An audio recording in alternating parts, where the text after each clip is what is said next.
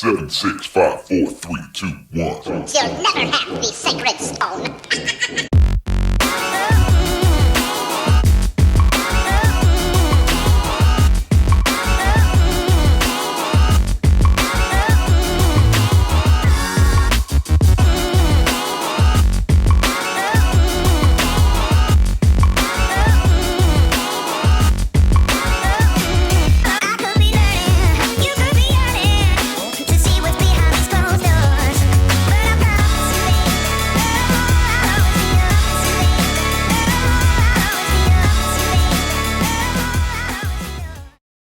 Welcome back into another edition of the Vegas Scores podcast, the golf betting show here. We've got the Zoom studio with Token and Mr. Tony Johnson.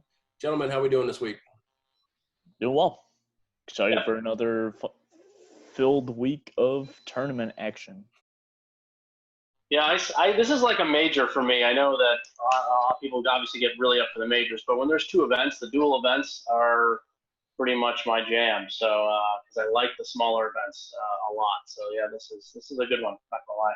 Well, in the words of the Worm from the movie Rounders, to quote the Worm, lot of action this week. So that's right. Very exciting. We've got tons of golf this week. We've got WGC St. Jude. We've got Barracuda. We've got Lpga. We've got European Tour. We've got KORN FERRY. We've got even the old guys are kicking off this week as well too. Yep, Champions Tour. So, before we dive into this week's action, we'll recap as we always do the week before. Token, how did the 3M go for you, sir? Did well on props and matchups, but on futures, Zippo. Yeah, this might be the first week, even though kudos to Tony Johnson for even pulling Werenski out. This might be the first week we did not nail a winner. It's been a great run for the podcast. It really has. I agree. And it's nice that at least Token kept our nice prop run alive here, because I've been doing quite well with the props. Had a bad week last week, but Token came through nicely, so that was good. But yeah, it was a big swing and a miss for me. I needed Werenski.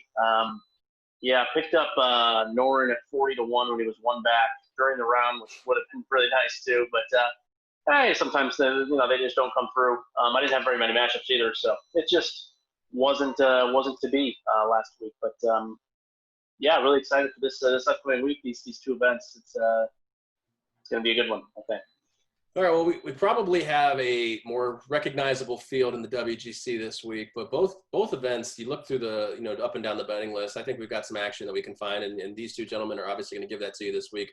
We're going to implement a new thing. We're going to dive into the DFS world week to week here, especially with the majors coming up, and we're going to give you our optimal DFS lineup play as well later on in the show.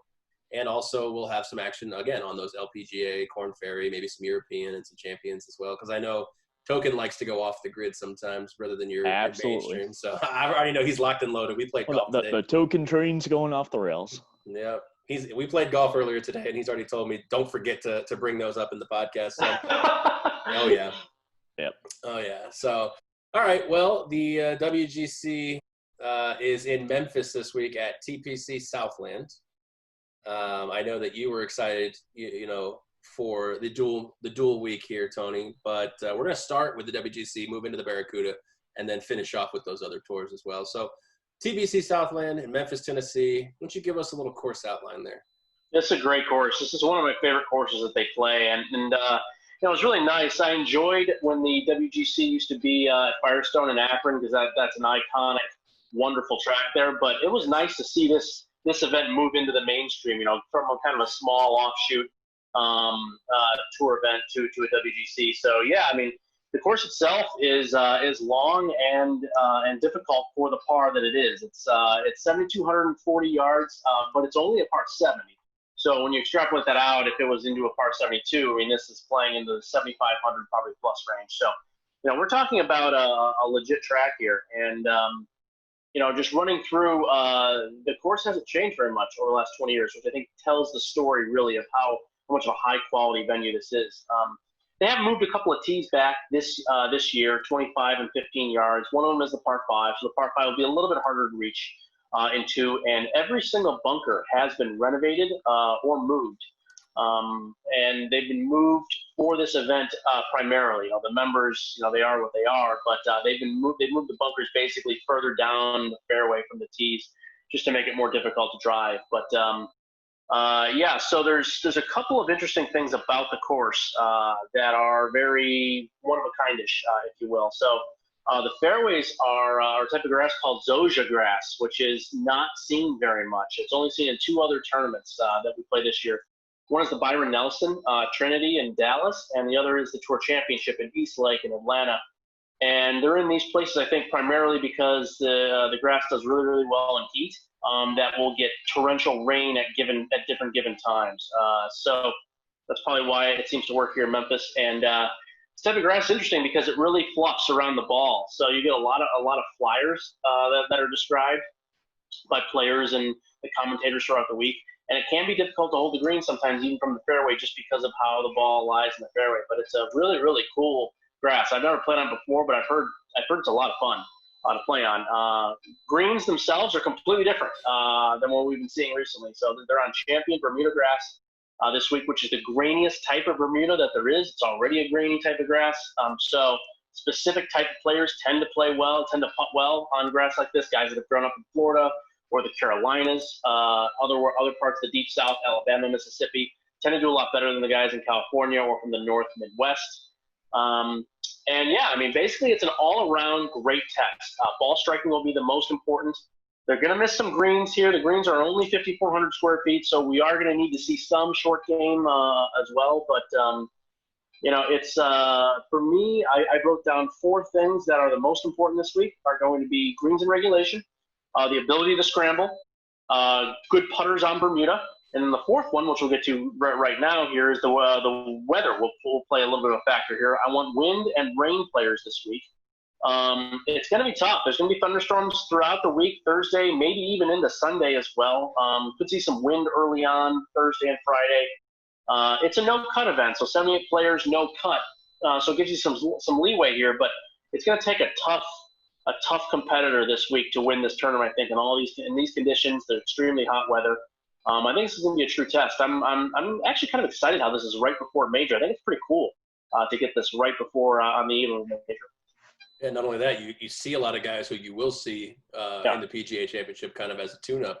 And if we do get that wind and rain, it would be definitely a tough track to get through in preparation for the PGA at Harding Park next week. Another thing I know you guys wanted to talk about was the featured groups. It looks like, especially in WGC, that it looks like we got must-see TV in the world of golf. So if you could only pick one featured group on Thursday and Friday, Mr. Johnson, which one would it be?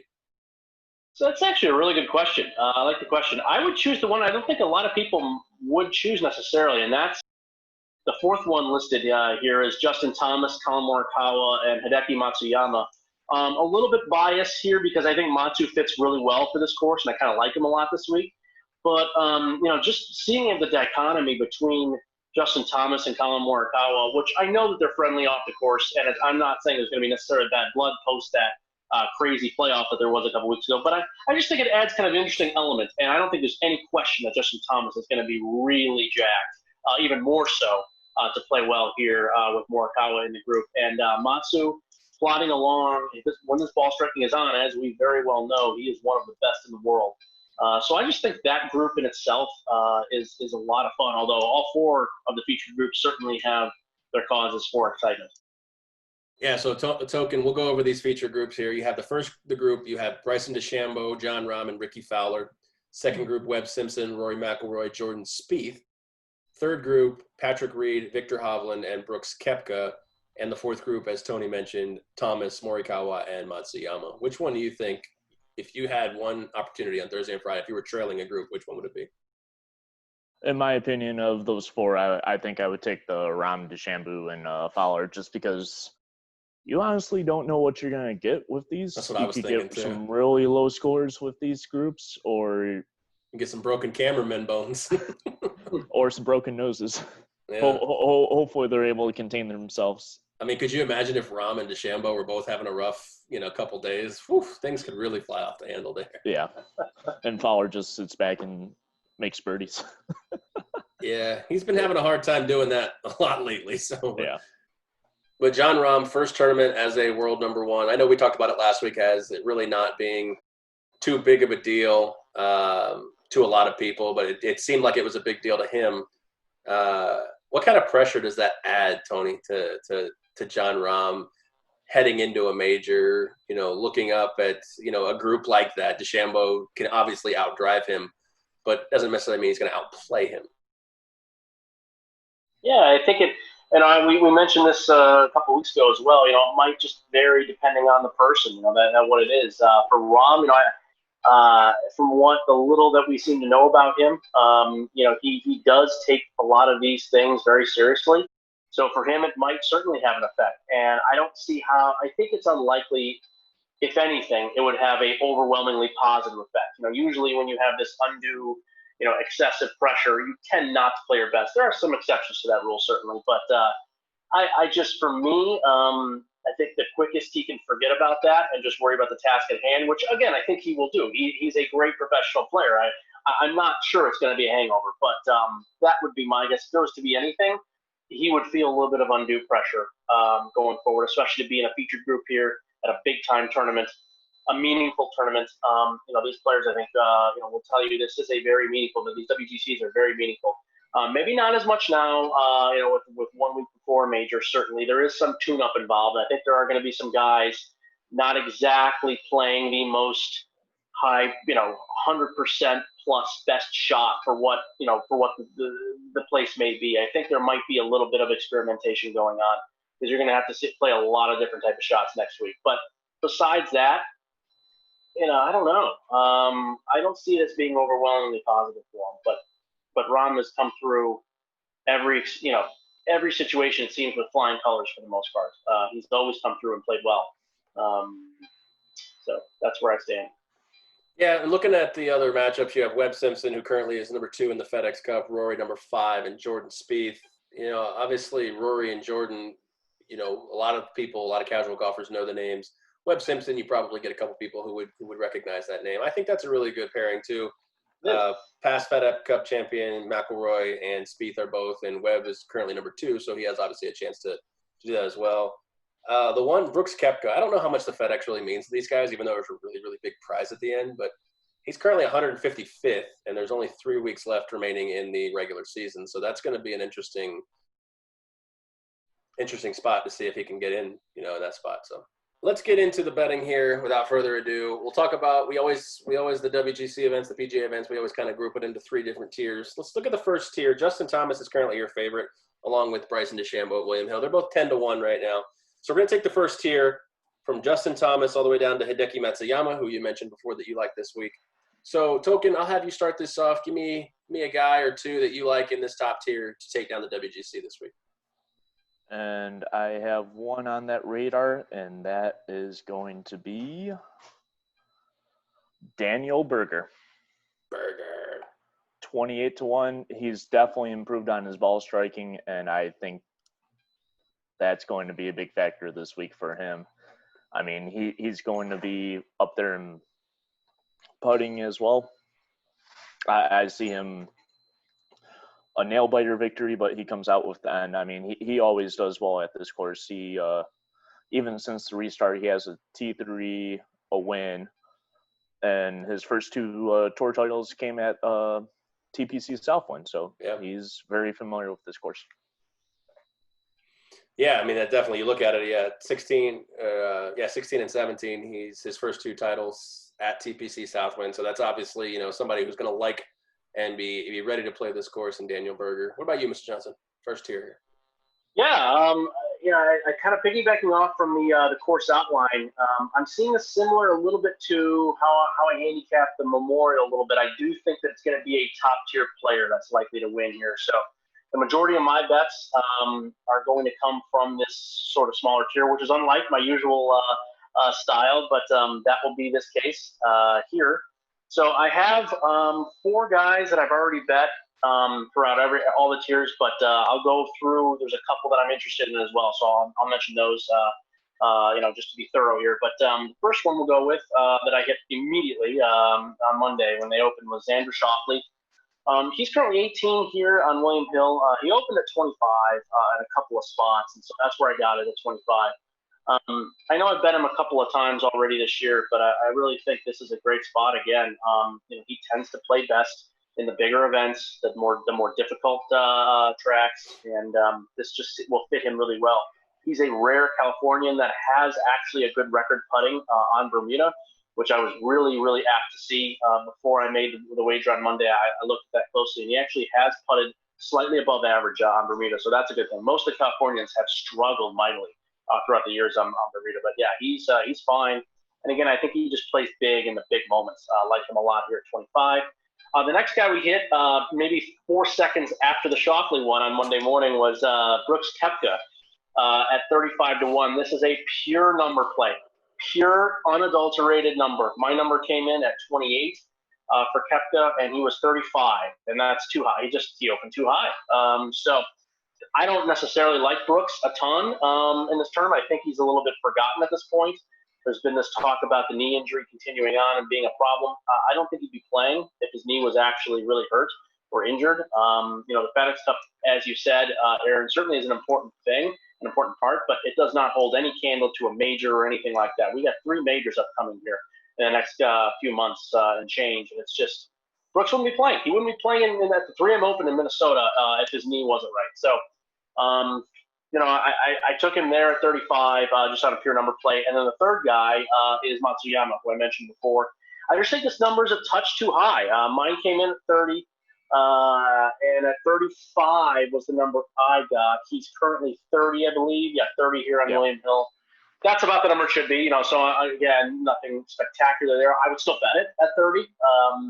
But Hideki, again, the putting is the only thing that's going to matter here. His game around the green has improved over the last few years. We know his ball striking can be great. If he can just roll in some putts, that will be it. So I'm going to take a chance here with a guy that strikes the ball this well. If he can just get the putter going a little bit, he'll be there. He'll be in contention. So I like Matsuyama 30 or 35. Fair enough. All right, let's look at the second tier here. I've got Patrick Reed, 35-1, starting there, all the way down to Danny Willett at 90-1. In this second tier token, is there any guy or guys you see who look good in a future spot here? There are a couple that are on my radar, but however, I haven't bet them yet, and I'm not sure if I'm going to bet them. One would be Abraham Answer at 45-1. I know his ball striking is definitely up there, especially with his ability to find greens in regulation as well as make some good quality putts too. So I'm not sure if I will bet that one, but that's probably one of the middle tier ones that I'm looking at. And another one, just not sold on the number, is Sergio at 60. I know his short game's definitely improved, and I just think 60 is too low to even bet. So if it comes back down, maybe, but maybe to about 70 or 80. Tony? Yeah. Sergio's an interesting case, isn't he, Token? He really is. Yeah. He's a hard guy to make out because he can look like the best player on the planet, at a given moment. And then he just like 3 putts from 20 feet and you don't really know what to make of it. It's really interesting. I've been trying to figure out Sergio since the restart, and I can't do it. So I'm just staying away from him because I don't know what to do. But I only have one guy in here in this mix and I haven't bet it yet. I'm waiting. Like Token has mentioned here, there are some guys I think that we should be waiting on going into Wednesday. And my guy is Tommy Fleetwood. The miscut last week, I think, has moved him down artificially. He's 40-1 currently almost everywhere, and which has given me, I think, a good reason to hopefully wait. My number, I'm hoping for 45. I'm not that greedy. 45 would be fine and acceptable. Any spot that he gets to 45, I will fire on. I just think that's just too good of a number for a guy like Fleetwood. Again, a ball striker that has a very, very high-quality short game, too, that people don't seem to recognize at all. They don't understand how good he is around the greens, chipping and pitching. Putting has always been sort of an issue with Fleetwood, no question about it. But he's great around the greens as well. So finally got a tournament back. I don't like betting on guys in their first tournament back, so I'd avoid people like Henrik Stenson this week. But certainly Tommy Fleetwood, I'm just waiting for that 45 if we can get it. That's my one guy. All right, boys, time for the long shots. It's always nice to find one in here. Maybe we can get one. We got Adam Hadwin at 100-1, all the way down to CT Pan is the the last of the field at 400 to 1. Mm-hmm. Token. There are a few reasonable values on this one, and the one that really comes up to my mind is Cam Champ at 150 to 1. I extremely like him at that value. Another one at 150 as well is Mackenzie Hughes. I think he has enough to make a deep run in this, whether he wins it or not, but it might be enough for a sweat. So, and I definitely see value in those two. Nothing in the mega 200 plus for me, though. All right, Tony, do you have any long shots you see going on in this tournament? Like you said, you've already kind of prefaced it by saying no, but Yeah, no, I mean, I think it's tough. Well, I just think this type of field and this event is tough. The no-cut tournaments favor the top-end players more so than not. So, yeah, I only have one guy that I bet here, and then there's another one I'm waiting on. So I bet Scotty Scheffler at 100 to 1. I didn't think this number would move, and if it would get lower.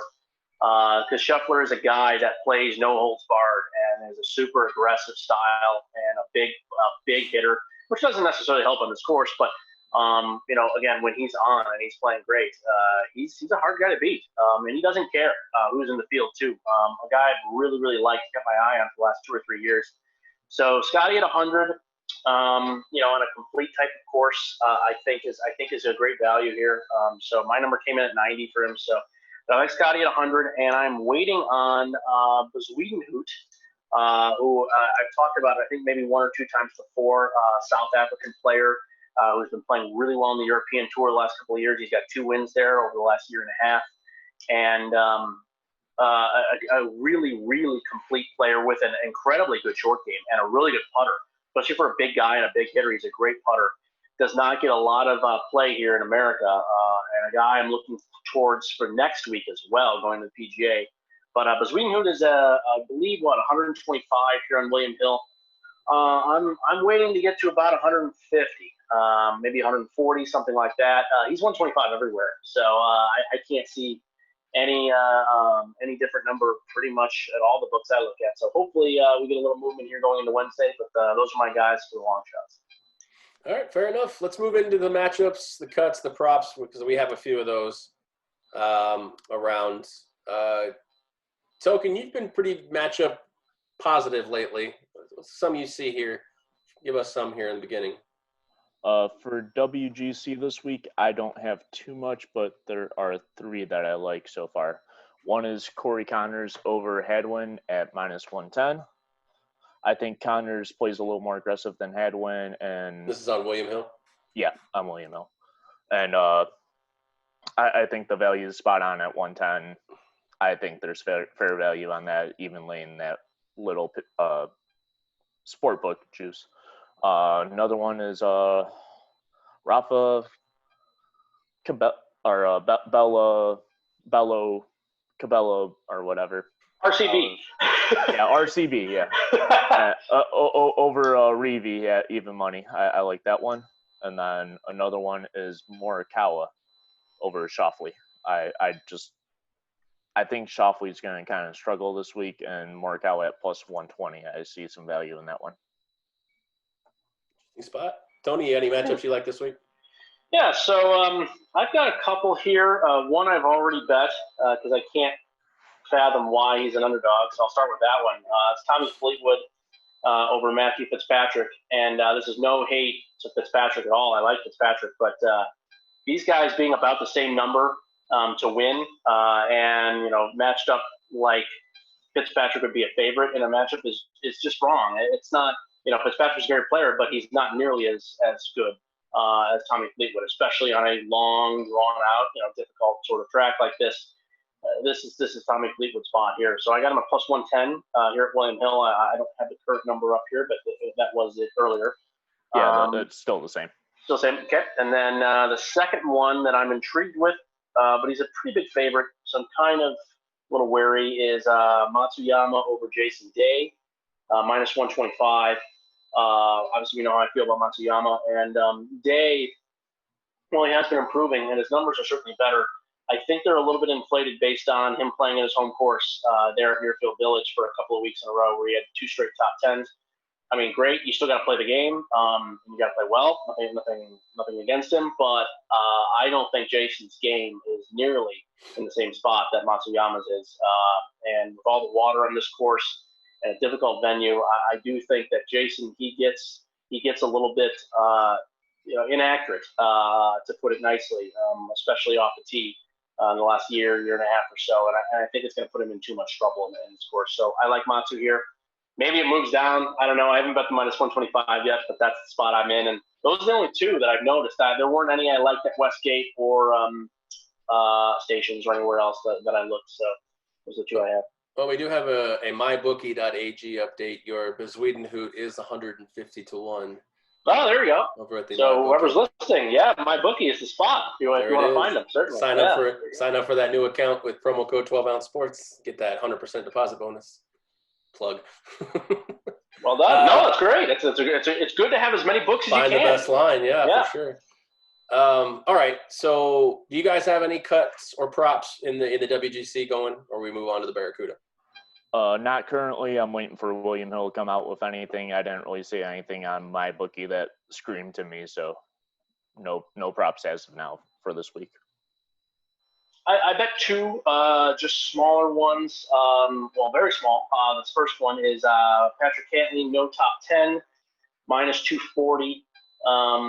It's not like I dislike Cantley in the field or the tournament this week. I actually think he could very well be a viable player. It's just the field is so deep, and I'm just not necessarily sure that the fit is ideal for Cantley, and I think it's a much better fit for other players. So I do, and again, California guys just tend not to putt well on Bermuda, and he doesn't have the best record putting here.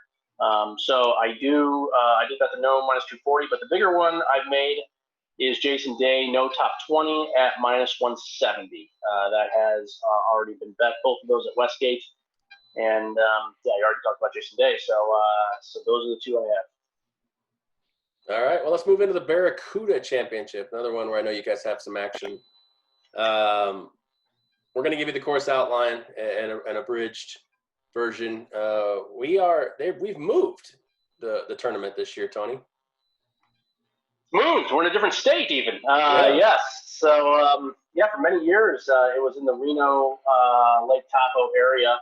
And then they had found, I thought was a great spot at Montreux Country Club recently, which is a beautiful, beautiful track. And they moved to another Nicklaus course, but just in a different state, out in Truckee, California, which is actually, funny enough, at even higher elevation. They're playing about 5,200 feet above sea level last year and beyond. Now it's at 5,800 square feet in California.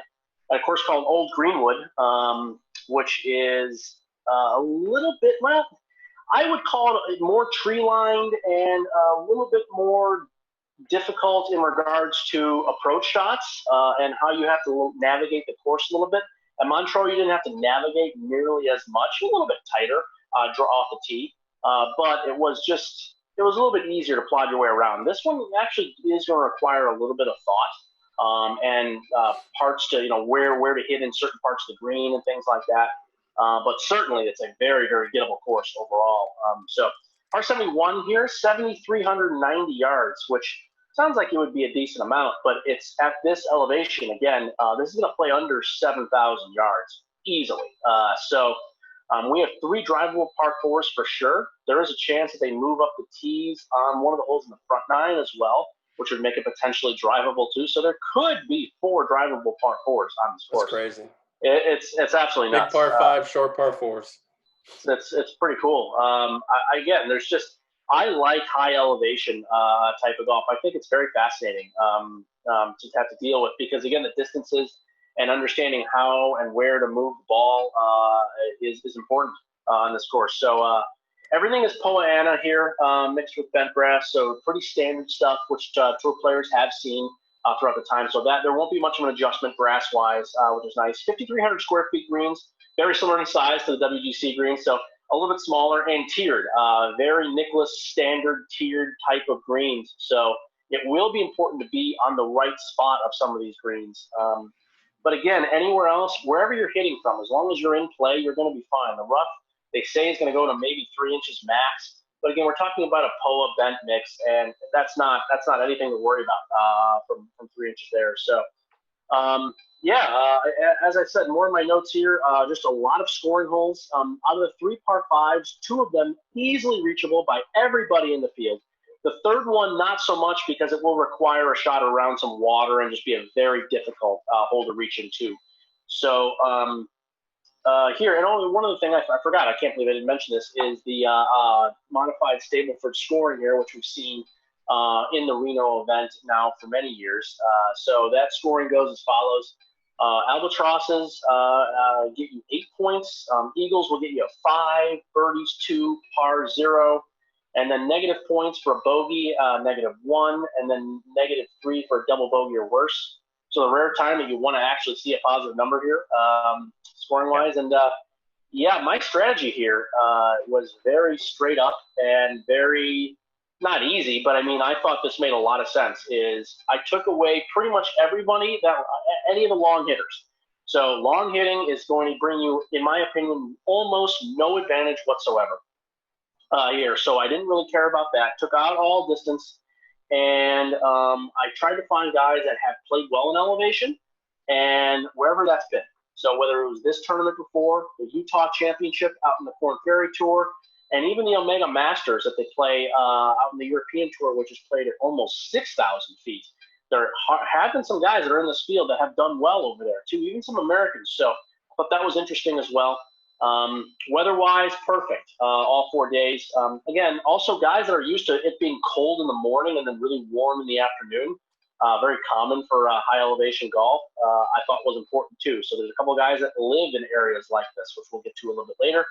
But almost no wind, towards the afternoon, maybe 10, 12 miles an hour, but not much more than that. And it'll just be a score fest and a wonderful time. This tournament I really, really like, because it's all about aggression, and it's all about going after, each shot that you can. And it's nice to have a mix here and there, I think, of tournaments like this and a tournament like the Memorial, or a tournament like we're going to see at TPC Southwind this week, which is going to require a lot of finesse. I just think this is a great event. So I enjoy it thoroughly. Oh, very cool. Yeah, and especially like a lot of people, if you follow golf, you'll know some of the names. If you don't, you probably will be turning in more to the WGC event. Sure. But I think we can find some gold here.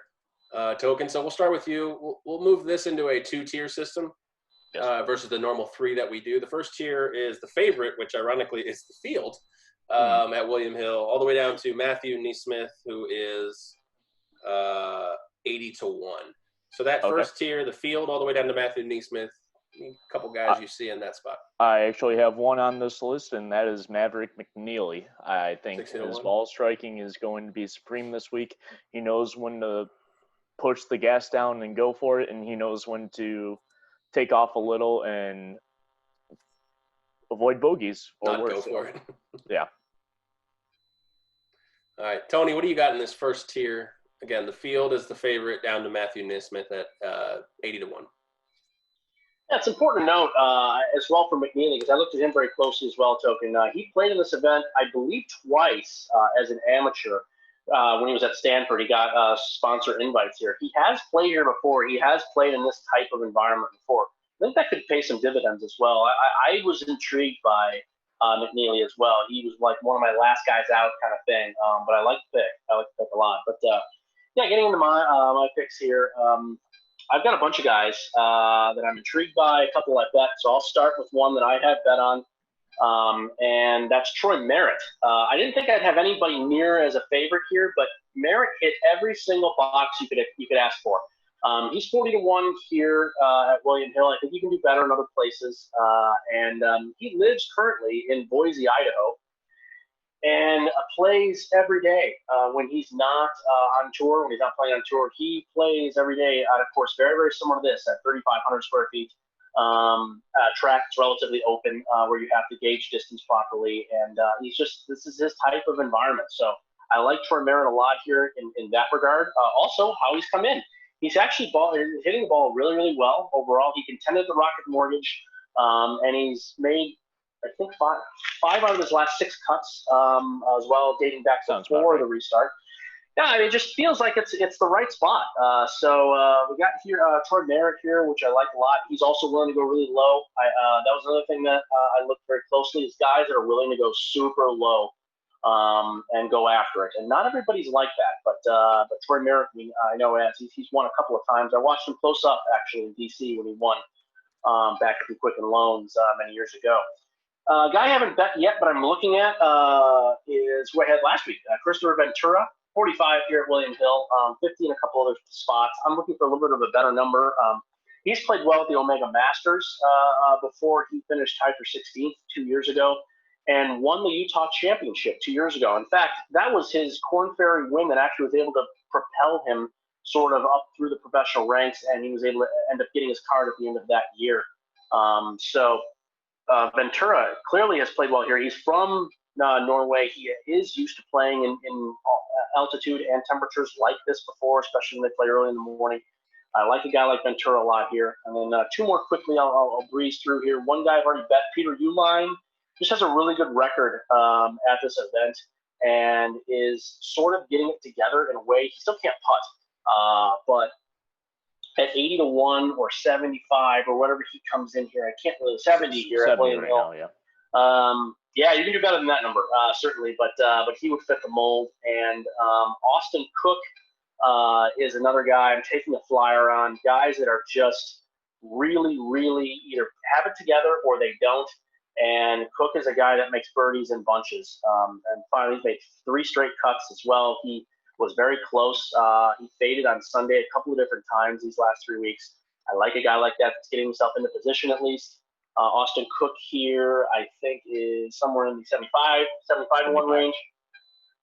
He's a guy I really like, and I've already found a wager on another spot. Token, I'm shocked we didn't have a Siwoo Kim 40-1 bet from you. I was kind of thinking I just don't like that number that much. If you only like Siwoo when he comes in at triple digits. That's right. Pretty much, yeah. Well, maybe he can fire 2 over, or I guess what would be the score? 2 under tomorrow. -2, yeah. He's -2. Yeah. That's bad. Yes. I mean, even a score of 2 is probably not good in this field. Agreed. Yep. Yeah. So, all right. Well, let's look at the long shots here for the Barracuda. That is the start. Chris Stroud all the way down to Hunter Mahan. You don't hear that name often anymore. 350-1.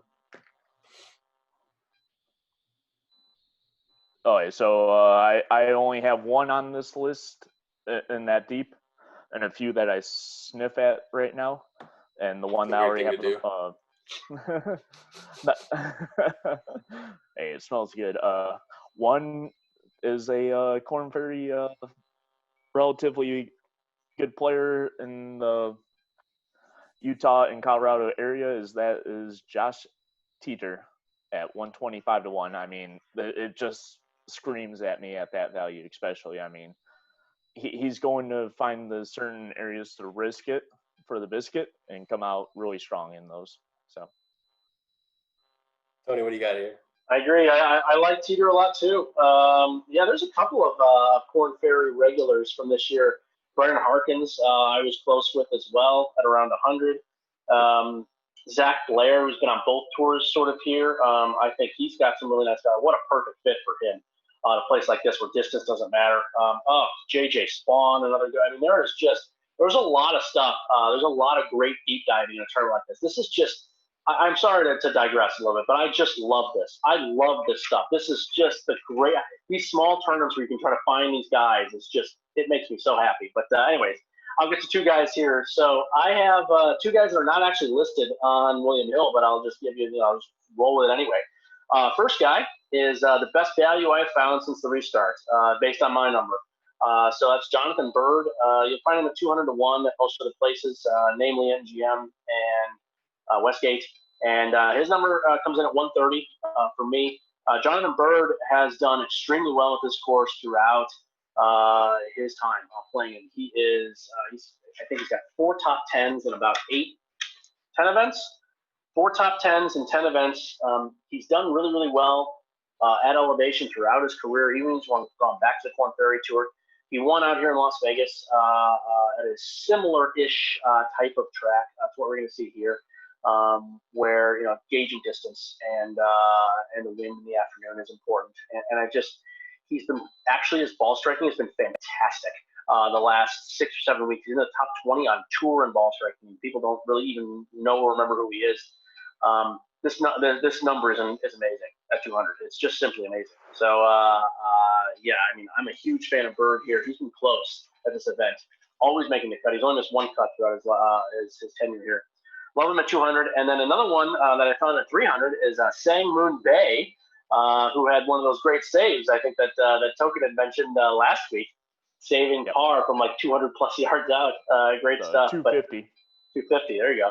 So Sang Moon, fresh off his military time in South Korea, which he needed to do to get back before he could get back to playing golf, which is sort of odd in its own right. But Sang Moon, when he gets it going, Sang Moon is a player.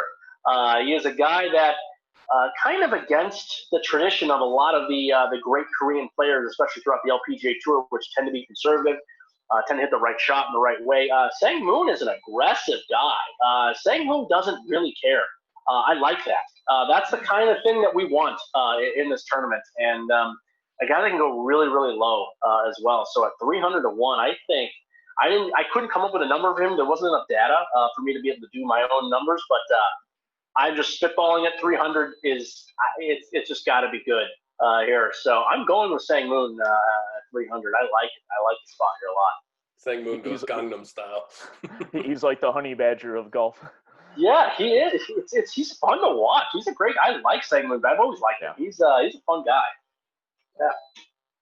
All right, fair enough. What do we got matchup wise in this one, Token? I've got one so far on this slate, and that is Emilio Grillo over Wawrinski at minus 105. Yeah, the Wawrinski kind of falling off at the end. That might have something a little shaky on his confidence there. Not only that, I think he's a little overvalued coming into this one, especially too. And Grillo's been putting well too. Yes. So Tony, you got any matchup action or et cetera? Ditto on that one. I've already fired on Grillo over Wawrinski. I'm surprised he's a dog in that one. I could not agree more. Could not agree more with you. Because all it takes is putting. I know I have the biggest heart on for Grillo, and that's documented, and that's fine.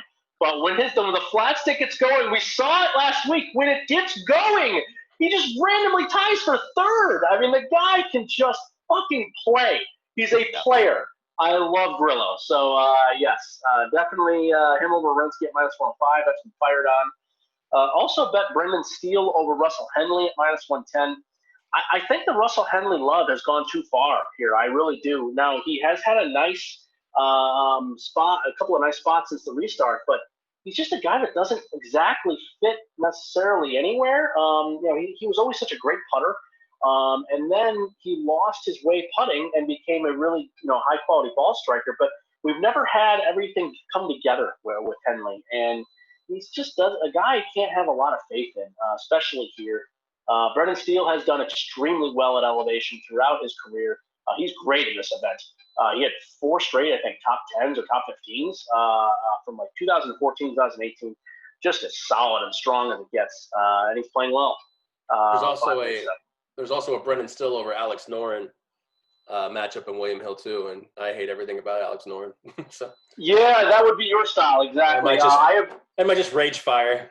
I avoided that one just because Alex Noren has finally got it going. He's playing well, yeah. I was going to avoid that one, but Russell Henley I will very much be betting against. So Brendan Steele minus 110. Those are going to be. Go ahead. I just noticed on William Hill the Gorilla line is now a pick 'em at minus 110 either way. Yeah, that makes sense. That makes sense for sure. Short-lived.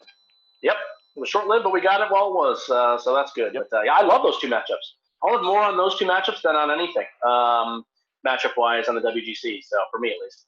Yeah. All right. Well, let's give you before we get into some additional action, we are going to try our hand at a DFS lineup every week. So we're going to use the Yahoo DFS since we can't get into DraftKings or FanDuel because we're not allowed in being in Nevada. So Yahoo allows you to play free contests. This week in the WGC, looking at this is provided by both Token and Mr. Johnson there. It's $200 max budget. So we've got Patrick Cantlay at $43, Colin Morikawa at $41, Xander Schauffele, $38, Abraham Answer, $33, Joaquin Niemann, $21, and Jordan Spieth, $21, giving you $197 with $3 left over to spend on nothing.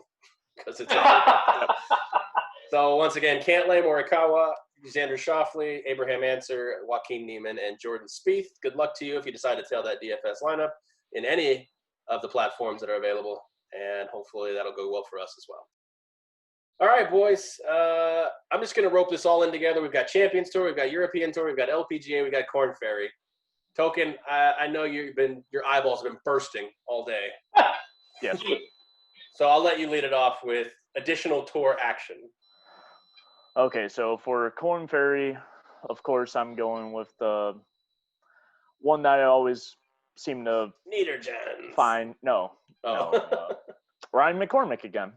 I love the number at where he's at right now is 90-1, and yeah, and another one is Taylor Prinderth at 33. I really like how he's been playing lately. He almost got the job done 2 weeks ago, and just fell a bit short at the end. That was I it. have no Korn Ferry action, so I cannot Just speak for on KORN this. Ferry. Yeah. Well, give it all to us. Okay. Okay. And then also for the Champions Tour, I like KJ Choi at 16-1 only. I still see some value in that one. Still at 16. Kind of a slight tip of the cap to Kenny Perry at 40-1. See a little value in that. And You like Kenny Perry. yeah, he's done extremely well on the Champions Tour over the last 5 or so years. And then moving on to the Ladies Tour, I have one bet on this one, and that is Anne Van Dam at 90-1. No, not Korean. Okay. There you go. Wow, that's a lot. That's tough to follow. Got any additional tour action there, Mr. Johnson?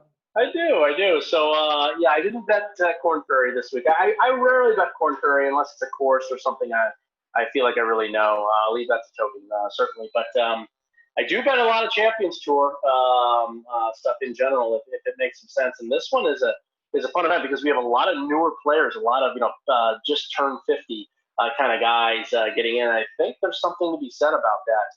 That some of these guys that have been doing quite well on the Korn Ferry Tour might be a bit overvalued here. So I'll lead it off here. I find it fascinating that Jim Furyk is a 4-1 favorite in this tournament. I mean, that is nuts. I mean, not that he shouldn't be a favorite, he should be, but like a 4-1, in a regular field is ridiculous. Isn't that crazy? Yeah, I thought that was kind of strange, but So I opened up here. I didn't bet him yet, but I liked Ernie Els at 11. Again, I think the number's a little bit too low. Unfortunately, I just like how the course fits him a lot. He's done really well here at Warwick Hills when they played PGA events. Was it Buick or something like that, Token? I can't remember what it was. In the Buick Open 2008, and you know who won it that year? Kenny Perry. Kenny, there we go. You go. All right, I like it. I like the move. Beat Bubba by one shot. Bubba had put on 18 to force a playoff and just barely missed the edge. Oh, okay. Nice. Yep. That inside information. I love it. I was there for the final round, so watched everybody tee off, and then I went over to 18 and watched everybody finish. Oh, that's great. That's great. Yeah, I mean, Eric can do it. He can make anything that he wants to make, but this is great stuff. No, I love it. I like him a lot there. I bet Tom Layman at 40-1. Again, I heard that name in a while. Tom Layman, yeah, just almost made the cut at the 3M. I like how he's been playing a decent amount too. He's been playing quite a bit. I know he talks about that at the interview before the 3M. He talked about playing a lot and like being in pretty good, ready to play mode.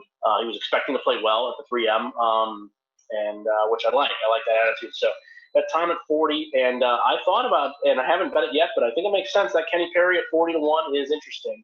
So. It hasn't been fired on, but I'm considering. And then the one matchup I really like here is Ernie Els over Woody Austin. Again, I think this is exactly what we're talking about. Woody has been great the last 2 or 3 years overall on the Champions Tour, but we haven't had a large influx of talent recently. And now there's 4 or 5 guys that are in that are really, really high quality players, including Robert Carlson, good old Bob Carlson from the European Tour. That guy can play still as well. But Ernie Ellis minus 110 over Woody Austin. I'm going to take that absolutely all day long. Again, Ernie's been playing even a decent amount on the PGA Tour. And this is Woody, it's his first time teeing up in many months. So love Ernie Ellis there, minus 110. That's what we got. I've got a few LPGA spots. I haven't actually bet them yet, but I guess we're going right into it. Okay, so the LPGA, it's a tough one because the field is very limited compared to what we're usually seeing. I don't know if it's a lot of the Korean players haven't come over. Maybe that's the case. I don't really know. But you're seeing a very, very limited field. Like people like Danielle Kang at 10-1. I mean, that never happens. What is she? Maybe 50, 60 at the most usually token, something like that, on a weekly basis. Like it's very light. It's a very, very thin layout, and I think it's a very loose field, and it's open for who wins. So that's why and that's why you took Van Dam, which I get it. I mean, I totally understand. That makes sense. So yeah. I'm pretty much in the same spot here. I've tried to find some longer shots. Megan Kang at 60-1, who was playing really well going in at the end of last year on the LPGA Tour. She seems to make a lot of sense. Inji Chun at 90-1. I haven't bet it again yet, but that one was close. And my third one, I noted here, Haru Nomura at 125, who should fit this course really, really well as well. It's not a course where you need to hit the ball that far. It is a placement target style type of golf where they're at, which is why I don't like any of the big hitters. So those are the three that I've considered. Have not done any matchup bets yet on the LPGA. We still got a day, so hopefully I'll get to that. But it's great stuff. Great stuff. That is a jam-packed show for a week that's not a major, I will tell you that. Great show. Great show. I love all this golf. This is just great. I love it. So you got a lot of action to get in here. We got this will be airing on Wednesday. This is obviously recorded on Tuesday night, so a lot of things going to change, but you got a lot of action to get in there. That's going to wrap it up for us. Just want to thank quick rundown of the sponsors: 12-Ounce Sports Network, Fanatics.com, Zingo TV, Wicked Cuts Jerky, DC4L Custom Tees, Pro-Am Customs, and, of course, ChaiPoker.com. You can catch all of their information at our sponsors page on lvsquares.com. You can also catch them at the bottom in the description of every YouTube video we post, which we post every video on YouTube. It's also on the LV Squares Network, and it's also on Zingo TV if you're watching that right here, channel 761. If you're not watching it and you're watching on YouTube, you can get a free Zingo TV account with promo code 12OZ at sign up. So again, lots of action, lots of golf to watch, lots of golf to wager on this week. So gentlemen, always appreciative.